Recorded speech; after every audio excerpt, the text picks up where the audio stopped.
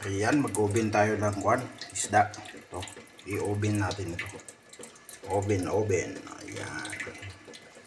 Ito na yung mga ricado natin. Lalagay natin sa loob, may paminta na yan. Papalaman natin yan sa loob. Ayan. Pang ano ito? Pang masarapan luto.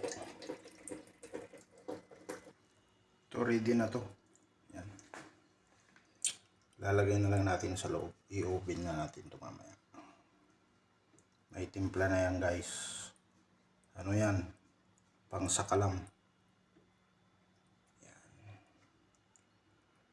Hindi ko alam anong pangalan ng isda na to.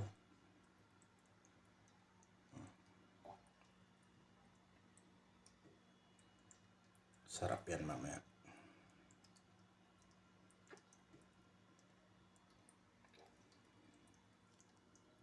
Ayan oh. Kalagay na sa loob yan. So mamaya konti yan. Luto na yan. Ayos.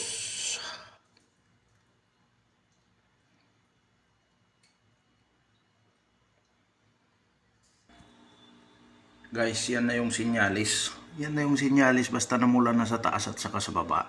Ayan o. Mga sinyalis na yan na nag-uumpisa na uminit para at least malapit na maluto ang ulam natin. Huwag na natin buksan para yung kanyang init sa loob is continuous. Yan. Ayos. Masarap to guys. Aba, okay na yan oh. Buksan natin. Ayan oh, may sinyalis na oh, malapit na maluto guys. Yan. So mga ano na lang to, 15 to 20 minutes. Low lang naman kasi hindi natin hinay para di mabigla. Kailangan dahan-dahan para masarap. Okay. Guys, kakain na tayo. Yan. Yung olive natin, saka yung sausawan natin. Sili, bawang, sibuyas, soy sauce at limon. Yan. Yan yung sausawan natin sa inoven natin. So, favorite natin yan guys pagdating sa mga sibuyas at saka yung bawang.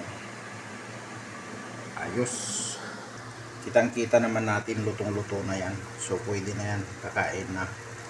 Makakain na rin sa wakas. Yan. The best yan. Yan ang sinasabing panalo na.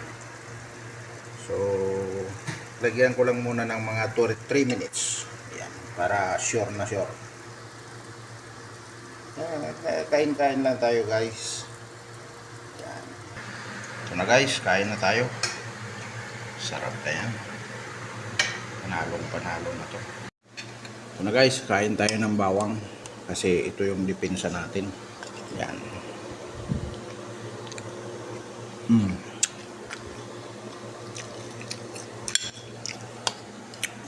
Panalo.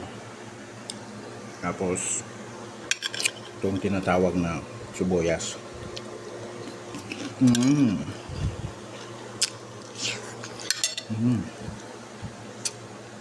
Panalo.